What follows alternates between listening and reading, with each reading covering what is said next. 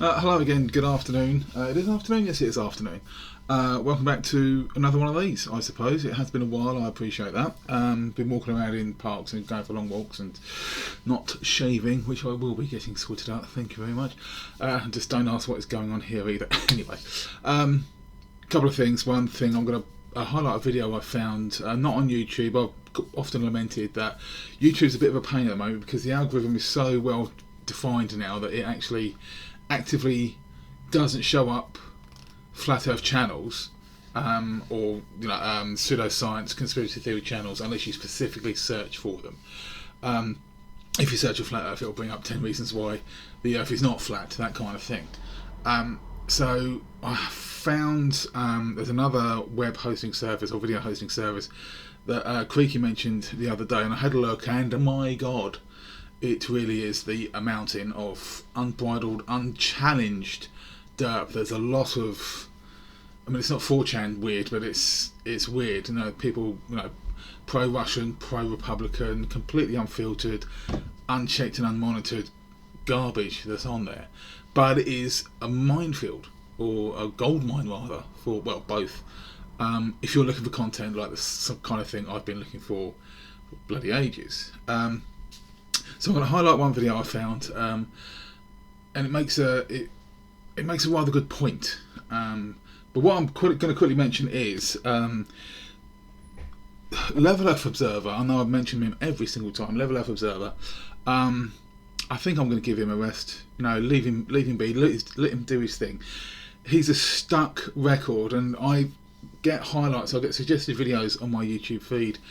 Watch this one, and it's MC Toon having to go at Level F Observer with Mr. Sensible, and they're going back years, absolute years, and it's the same. It's the same stuff. He hasn't changed his tune in 5-6 years, however long he's been doing his channel. I think he started under a different name. I think Simon Dan, in his early days, he highlighted one of his early videos. I think he was looking at across a lake or something, and it was just explained away with pure science. But if you look at him now, it's nothing but, oh, does anybody believe we went to the moon? Does anybody still believe the International Space Station is real? Does anybody believe science? And the answer to all three is yes, because it can be proven. And simply stating facts that you've plucked out of the little garbage truck that's going on up here, simply stating the Earth is scientifically impossible is just a matter of opinion, which is the wrong one. But I did actually mention, I'm gonna name drop here. I had a tiny conversation with Joly last night, and the reason I found this quite interesting was because Joly said something along the lines of, I'll dig the clip up, but I'll paraphrase for the moment. The concept of flat Earth was invented by two professors who got stoned one night and said, what's the most ridiculous concept we can come up with? Earth theory did start off as a spoof. It was started by two quite stoned philosophy professors in America, who I think kind of thought, what's the most ridiculous thing we can promote? And then we can kind of argue against it in a philosophical nature. But like all these things, 20% of people took it seriously and ran with it. And it is stuck, or something along those lines. Anyway, Mr. Level Earth Observer took great umbrage at this and probably took it personally. Now, this is a bit strange, because there was something else that Creaky Blinder did the other day that Elio had a go at. But all these things are aimed at flat earthers. At the end of last year, Mr. Adam, whatever his bloody name is, said that he was going to sue me because I had, what was it I did? I mentioned to some people at work, just through work, if you had a flat earther, unnamed, undescribed, unlocated flat earther working for you, would you question their mental capacity, that kind of thing. Level Earth Observer isn't a flat earther, he's a demonstrable realist. He said so himself several times. So why should he take umbrage at anything that was said that was directed at flat earthers? Because clearly it's not directed at him. But anyway, so I mentioned to Joly the other day, last night actually, that he should check out Level Earth Observer's channel, and I found his response quite funny actually. He just hasn't got time to waste on people like that, and it got me thinking. There's plenty more fish in the sea. There's nothing he's doing that is new, nothing that he's doing that is credible, and he's just making himself angry. He's not quite CC levels of angry. Now that man has got some serious anger management issues. Unless something groundbreaking happens with Leo, I'm just not going to bother anymore, because he's treading over the same ground and he can't absorb any new information. I've made a video on the back of my collaboration with Dan. There was another video I highlighted, I think in mine, where I had a little look at if flat earthers are just stupid people, or conspiracy theorists, are they just stupid? And I think he's the absolute antithesis, or the epitome rather, of schizotypal personality disorder, same as CC or schizotypy, where these strongly held yet amazingly incorrect and very correctable beliefs are completely ignored. I think Neil deGrasse Tyson said that he had a conversation with a colleague, and it went along the lines of, his colleague said to him, or a friend, some associate of it said, prove to me that the moon landings were real. I want to see a photograph of the moon landing, he said, and Neil deGrasse Tyson said, I can't do that at the moment, but let me look into it.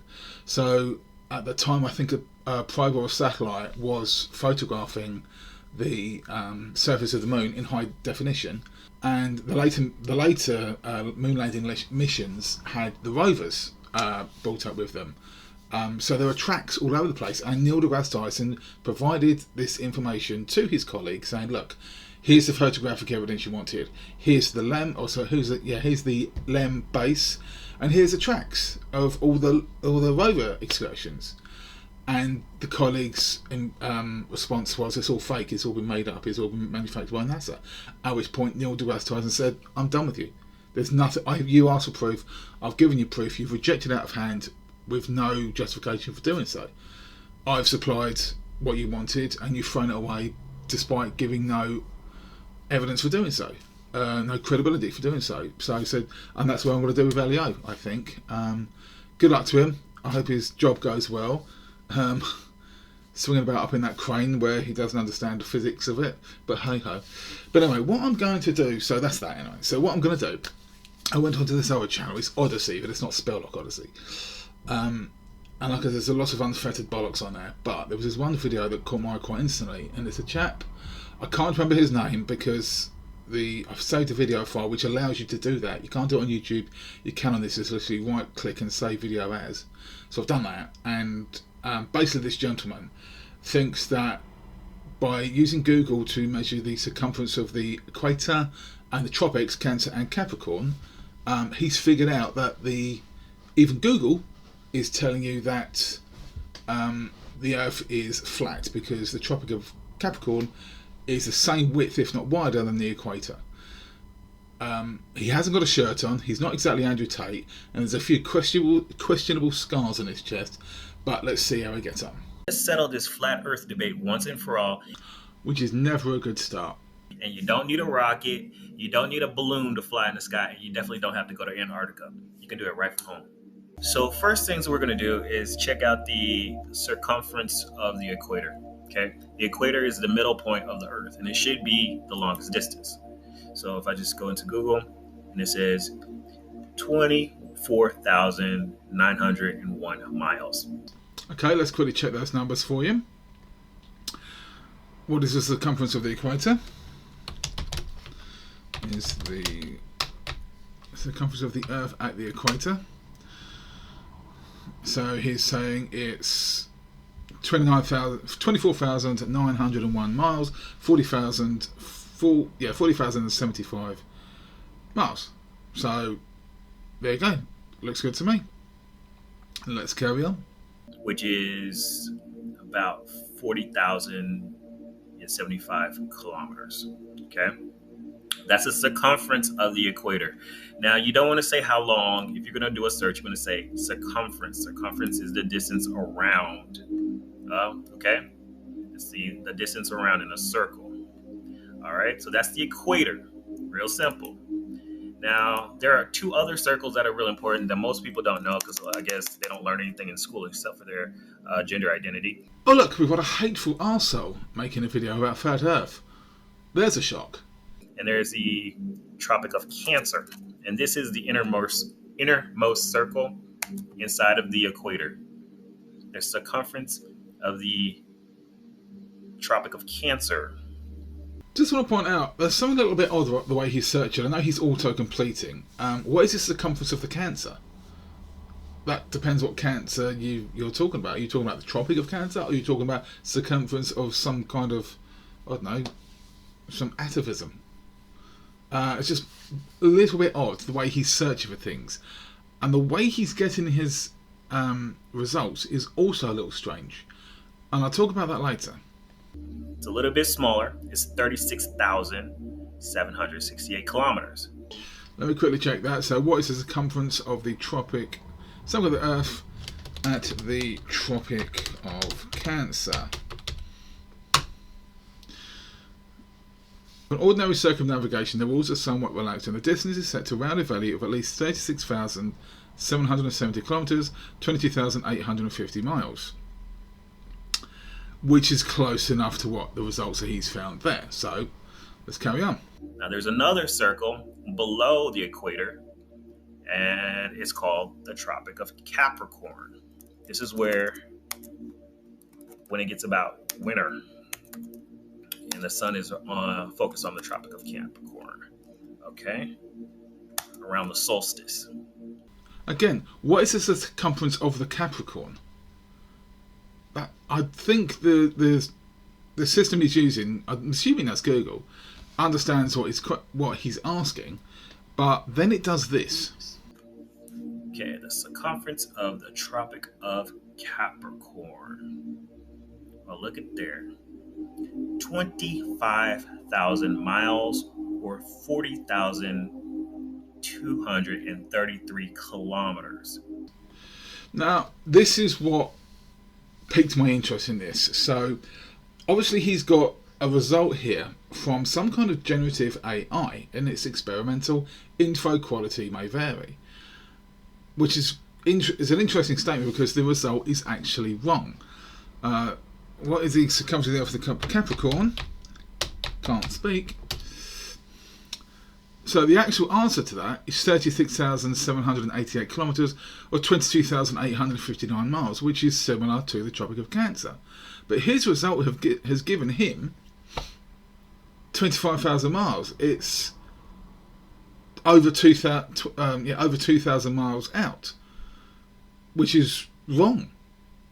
So why has he got this result? What system is he using that's given him the incorrect result, which he is now using as a linchpin of this little video he's making? Let's see what else he says. Seems that, the Tropic of Capricorn is slightly longer than the equator. Why is that? Because you're using generative AI and it's wrong. So let me have a little experiment. I haven't actually done anything about this yet. Let me have 25 miles. So here, this has come out of howstuffworks.com. It is a circumference of about 25,000 miles. Let's have a look at this. The equator is probably the most well-known circle of latitude, and it's situated at 0 degrees latitude. It has a circumference of about 25,000 miles, 40233 kilometres, and it divides the planet into the southern and northern hemispheres. So what has happened here is the search engine that he's used is using some kind of AI that has data mined what looks like science.howstuffworks.com, and it's attributed the wrong things to the wrong things. It's talking about the Tropic of Capricorn, but it's given the data from the equator. I'm a poet and I don't know it. The big giveaway, or the big clue, what he should have spotted, is the line, it divides the planet into the northern and southern hemispheres. The Tropic of Capricorn doesn't do that. The equator does that. So this generative AI has looked at this particular result, which is at the top of the page, is put 2 and 2 together and made 38, or in this case it's made 25,000. So what this chap has done is he's used a form of Google that uses AI to give up the most popular answer, but in this case it shows the flaws inherent with artificial intelligence, where it isn't showing him facts, it's showing him something he wants to see. Now if he'd scrolled down through Google, he would have shown all the results, and I dare say there's a little bit of information behind his little screen he's imposed on his screen that's hiding a bit more information. So the info is there, but he's latched on to the tiny shred of information that reinforces his own worldview, which is a a familiar modus operandi for all flat earthers, as we've spoken about before. So that is debunked, unfortunately, whoever you are. The method upon which you found your research was flawed, but you haven't bothered to double check your results, which everyone else does in the science field. Remember what I said about peer review? When you find a result, you don't instantly say, that is absolutely it. You find verification.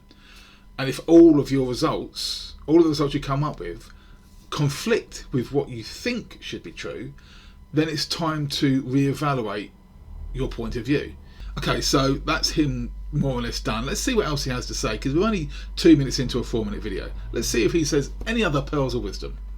Could it be that the equator is inside the Tropic of Capricorn? Could it be that the latitudes are getting longer? I do believe that's what they are. The latitude and longitude. Yeah, the latitudes are getting longer as the further south you go. The closer you get to Antarctica, the latitudes are getting longer. I will cut in right now and say, pop onto Simon and Dan's channel, check out his latest video, which is about Antarctica. It goes into this in a lot more detail and basically crushes the concept of there being an ice wall and the ice wall being on the outer edge of a flat disc with a dome. Check it out. Flat Earth map. See, these circles are getting bigger and bigger the further you go out. So why would they hide this information? Why would they hide Flat Earth and yet he's got pictures of Flat Earth on his screen? I do feel sorry for people like these, because all the information is at their fingertips if they knew how to use it properly. I'm happy to say that I'm actually quite adept at using Google in such a way that I can, what's the best way to put it, get the results I want efficiently and quickly. But what I will say is that if I find something, like usually on Facebook, there's a lot of crap going on Facebook at the moment, if I find something that's supposed to be factual and it looks like clickbait, I will not immediately, but I will Google it and look at the results. But I won't just look at one. I won't go to the top of the page and leave it there. I will scroll down and make sure I can get the same information from several sources. But if the information I find is contrary to what I've thought before, I'll go into it a little bit deeper and make sure that the results I'm getting, even though I don't agree with them, are factually accurate. And if they are factually accurate and there's enough sources, I will change my mind view. I will change my worldview because I was wrong. I think I said that before. I think it was about seeing France. I've gone over this before. Seeing France from Dover/Folkestone. I had a whole video about that as well. But anyway, so yeah, the trick is, one, clearly don't use generative AI because it's giving you the wrong results, and two, scroll down a bit and check out some other numbers other than the ones that pique your interest and take your fancy because they fit your narrative.